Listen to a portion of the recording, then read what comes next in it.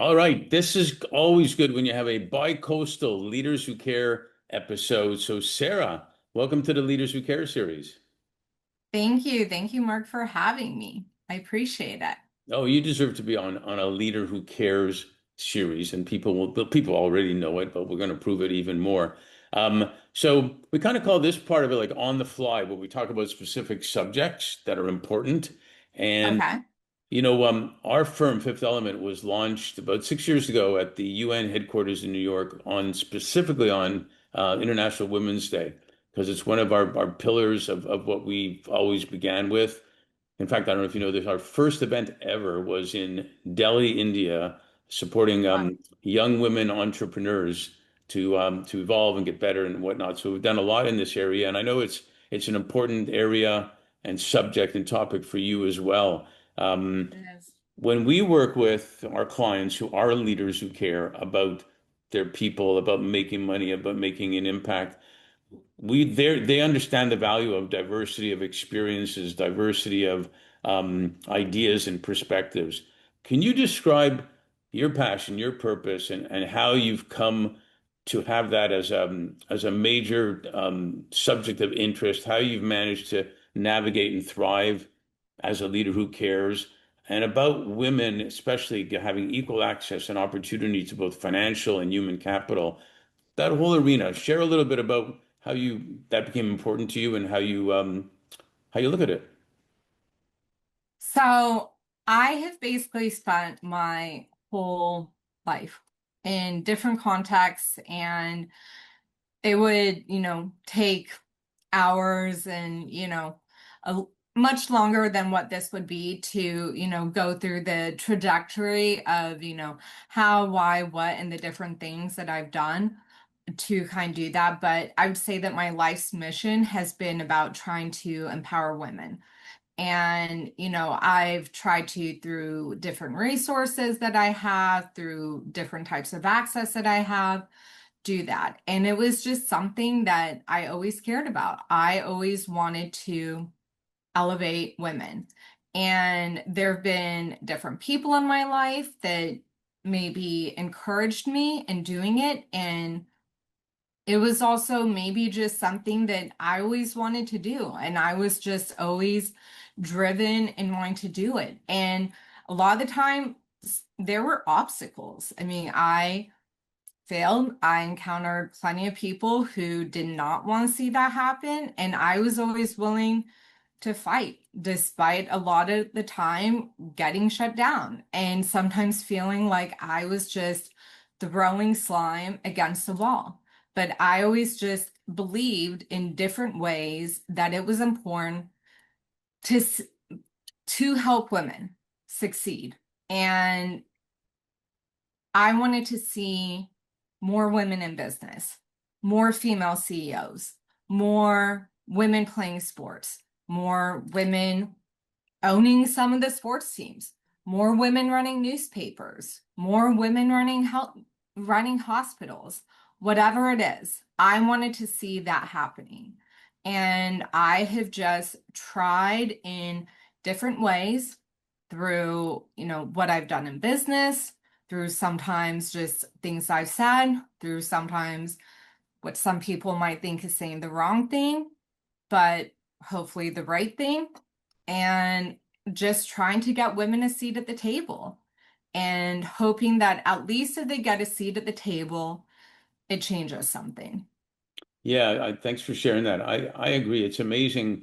I remember when I started at Deloitte years ago, and I was working for a lady that was great. She was a mentor to me and everything, and she got pregnant, and she had five clients, and I was on three of them for audit and consulting and different things early in my career. And she had got pregnant, and she asked, and Deloitte's a way better company now than it was before in terms of this type of Yep. stuff. Um, but she said, could I come back and just work on three of those clients? And that means you only have to transition two to somebody else. And they said, well, that's not how we do it. You're either in or not.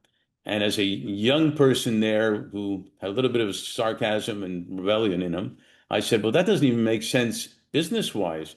Because if she can't do that, she's going to leave, and then you're going to have to transition five clients to someone else, and they're going to be all pissed off. And she did leave when they said, You can't do that. And it's unfortunate because those three would have felt no difference in the service that she led, and just the other two would have changed. So it seems like for some reason, I don't know if it goes back to the beginning of time, the women weren't taking as serious as not. I'm sure you've had this happen before where a woman will say something in a board meeting, and then a man says the same thing and it gets noticed. Absolutely. And so it's even just little things like that, or even just that the man gets paid, you know, triple what the woman's getting paid for the same job.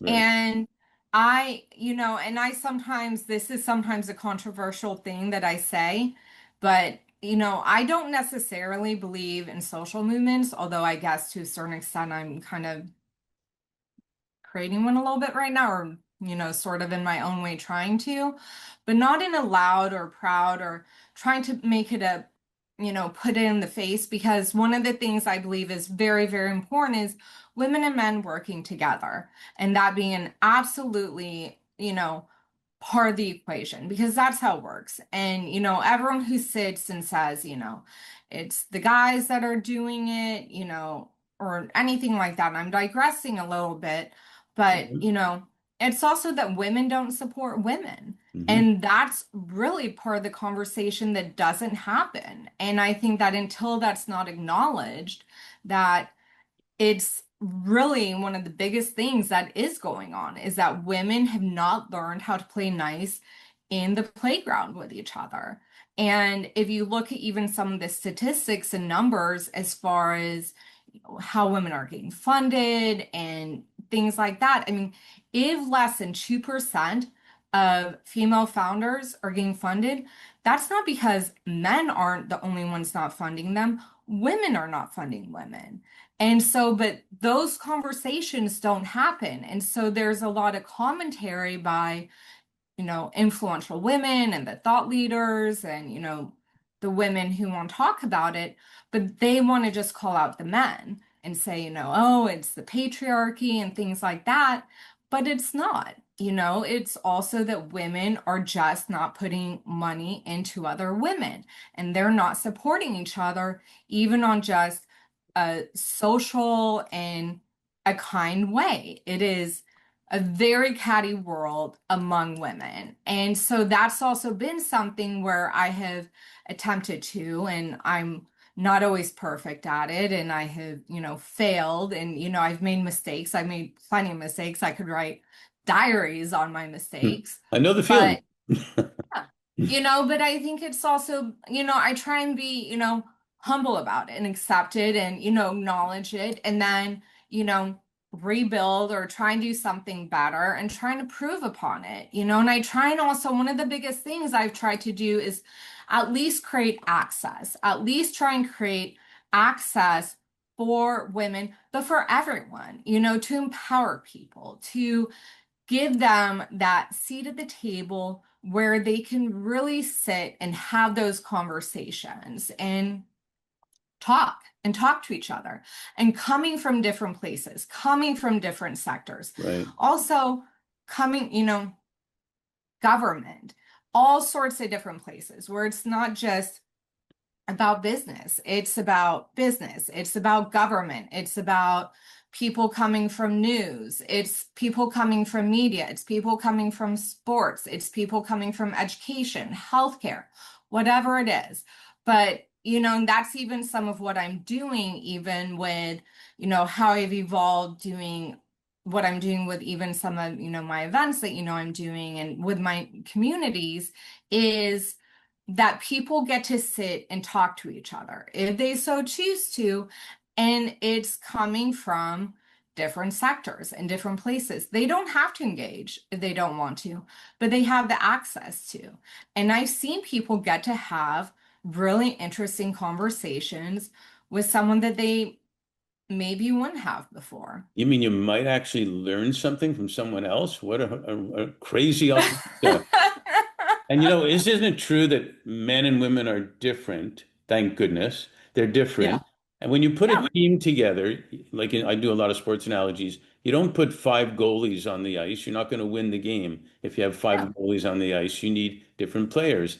And so I also I understood diversity when people talked about genders or color or whatnot. However, diversity that we work with is what you just said, which I thought was brilliant, is diversity of ideas, diversity of different experiences you bring to the table, diversity of perspective, cultures. I mean, new ideas. We have a nonprofit that has a program called Nonflict, and it coaches people that conflict is actually good because it just means different ideas, not something you hate people over.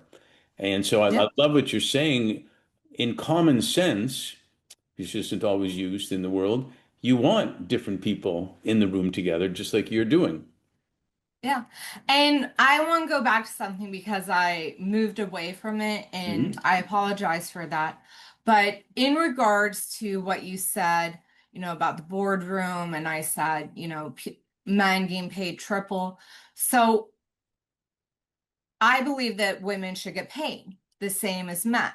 And I don't think it's a crazy thing. I don't think it needs to even get turned into a social movement. And I think also part of what happens in regards to that is then certain words are used that can be alienating to people. So it can Right, feel alienating to men, to even frankly to a lot of women. So it becomes those terminologies, that phraseology that leads to an aversion for even things happening. And if it becomes something where it's maybe not so extreme, where it's maybe just yes, and it's just common sense, really serious, just common sense that of course you want to do it. And if you can also break it down from a capitalist point of view and sit and say, if women also have access to capital, if they have that type of spending power, it makes the world better. right, It actually, and I'm a capitalist, I believe in capitalism, and women are 50 or 51% of the population. right. So if you have women in who have financial literacy and also have spending power and access to spending power, it makes the world better. And so, from a logical point of view, from a capitalist point of view, and that's usually the argument that I use, not, a feminist or, a DEI, anything like that, because I'm allergic to those, types of notions, which will probably get me in trouble with some people for saying that.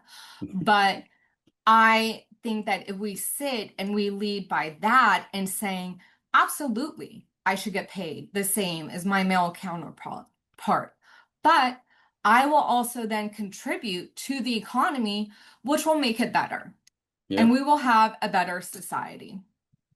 Doesn't that apply to everybody? Men, women, indigenous, American, different countries. I mean, you name it. Exactly. Um, Exactly.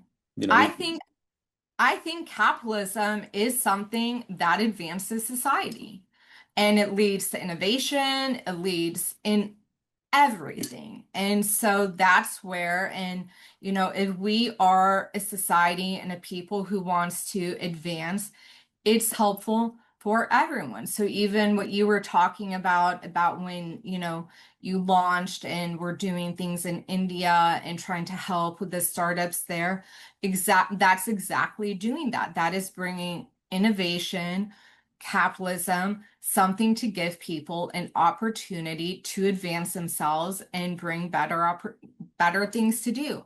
And I have always been a person who's always sitting, who is very aggressive with work, who always wants a challenge, who always wants to do things, but likes to spread that out, and who wants to also help and empower people. And and that's been my mission. you know who it empowers also? When we, our core part of our business is helping leaders who care of startups, corporations, you name it, attract the very best talent. And what we found is when we get opportunities for great people to take and be involved in and whatnot, they go home, whether it's a man, woman, partner, spouse, whatever, they go home and they share that with their kids, what's going on and how they've Yeah, achieved something and the purpose they have, the money they're making, the impact they had, all that. The kids hear all that, boy and girl hear all that. yeah, And to your point, it strengthens the family, which strengthens the community. This isn't rocket science.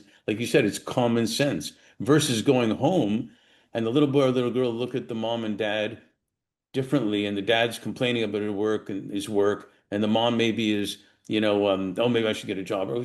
That's ridiculous.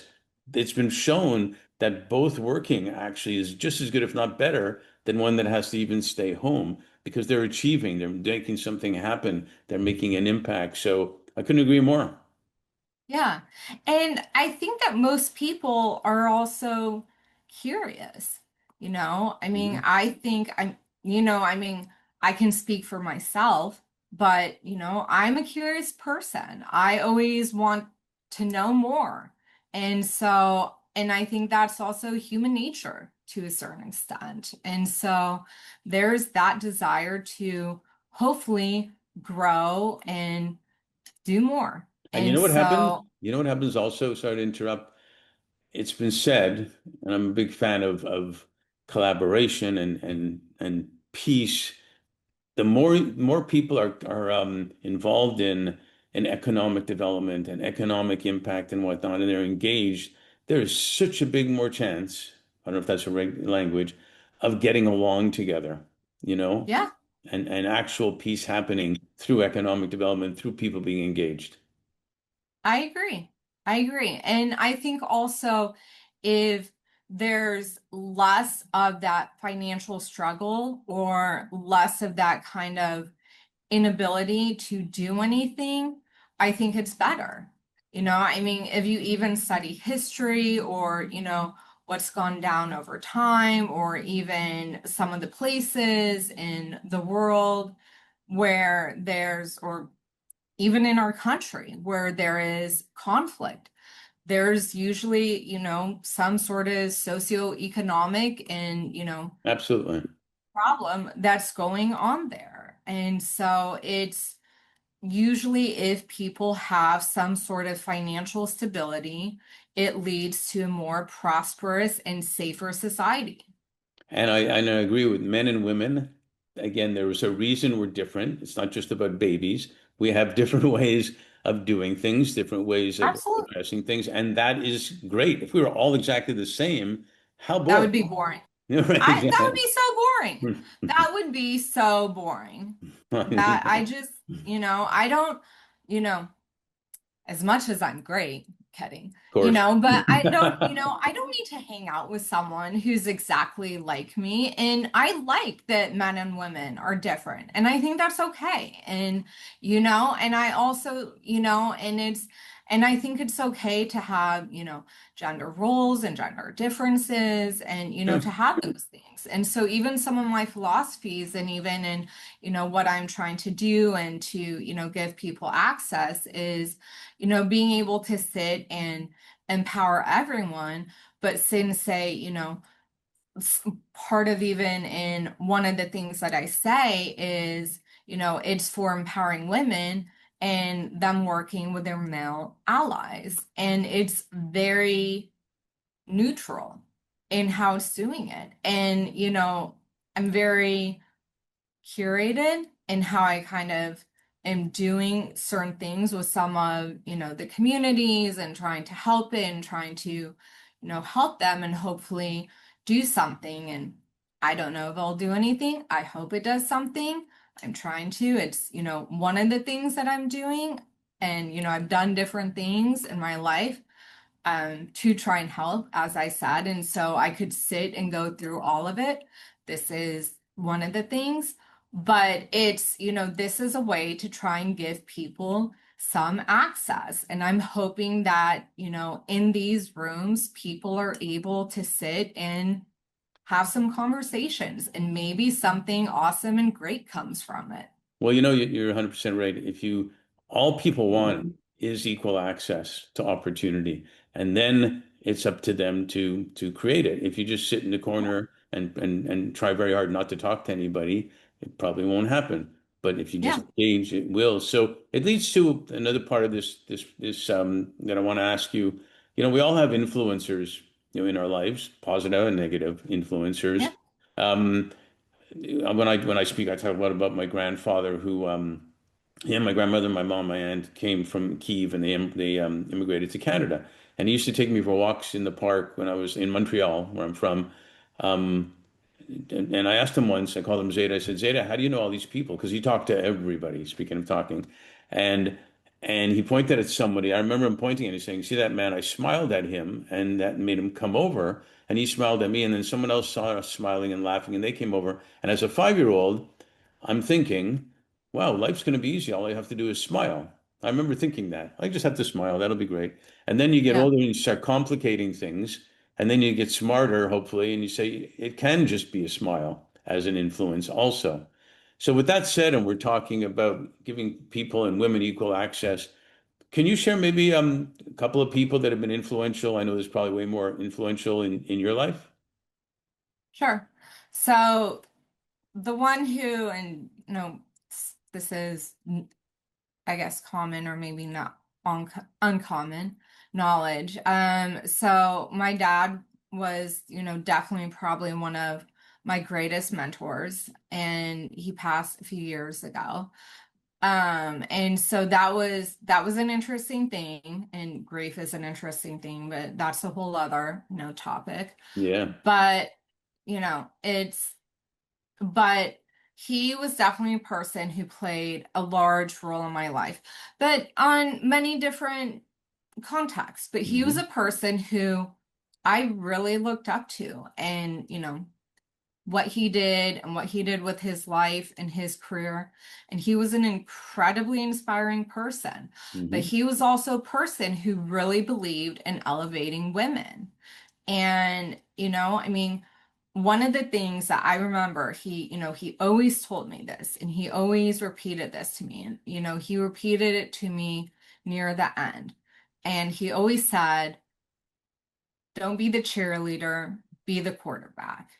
And that I could just go and, leaders who care, lead, be the, you can go out there and be fearless. It's brilliant. And yeah. And he was very much about that. And, and from a young age, he would give me access to things and he would show me things and he would bring me into the boardroom and he would bring me into the big meetings and he would sit and he would just plop me down and, let me see things and teach me and show me. And it was amazing. And it was also very inspiring. I And bet. so, yeah. And so, but he was very much that, he always said that women can do anything. And he said, anything that you want to do it. But he was also realistic about stuff. You will fail more times than you'll succeed.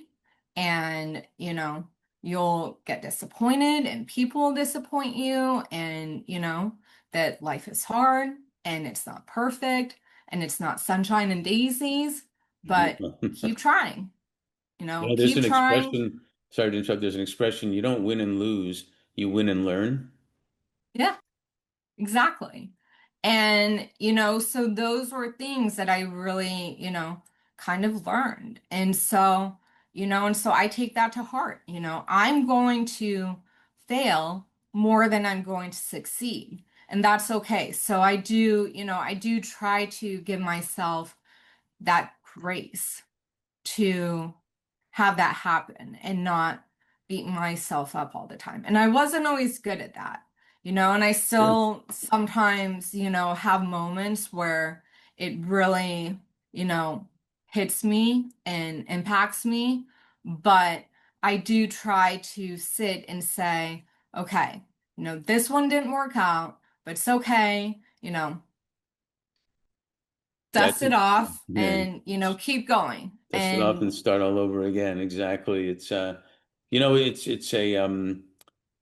one thing that works well is that you know that if you haven't failed at anything, you really haven't tried.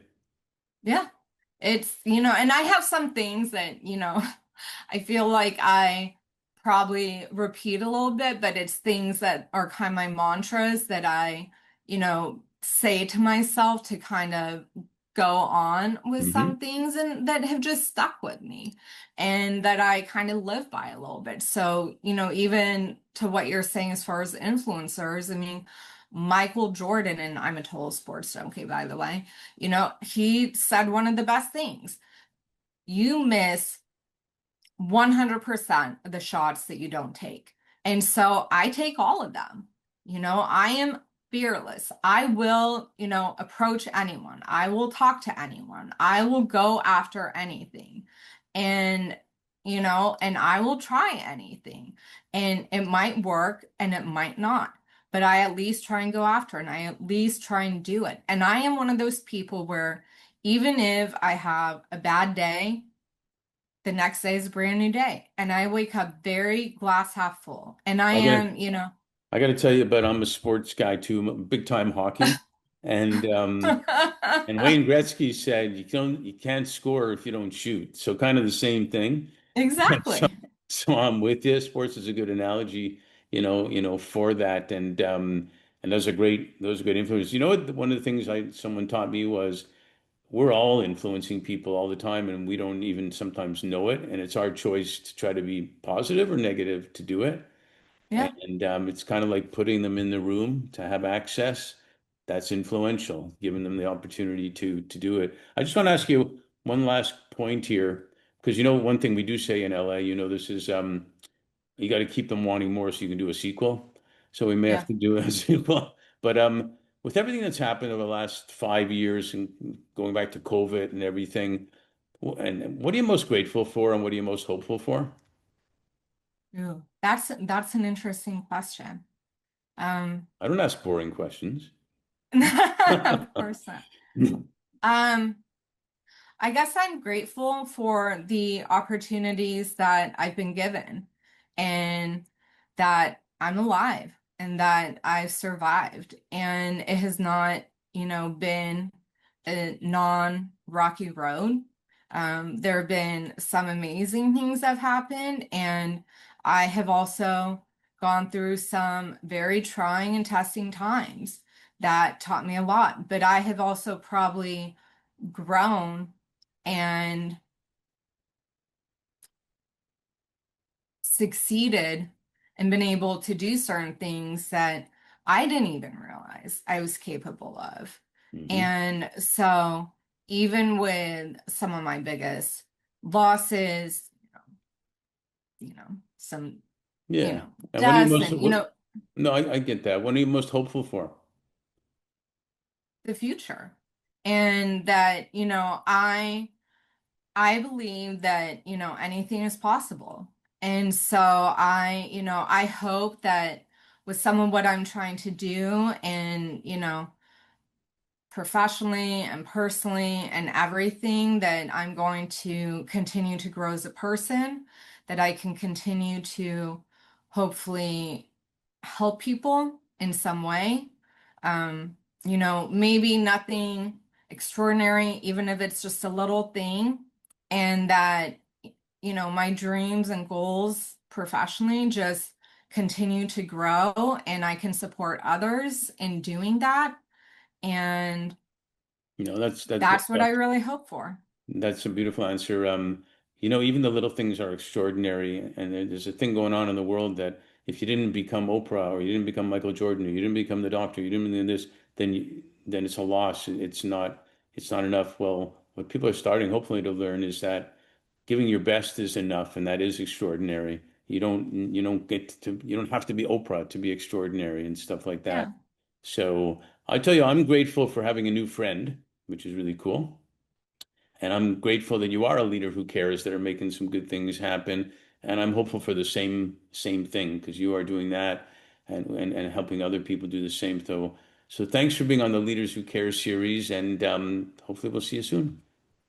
Thank you. And thank you for having me. And I'm hopeful for growing and nurturing this and making it grow. I could take some growing and nurturing, sure. Why not? Thank you. Thank you.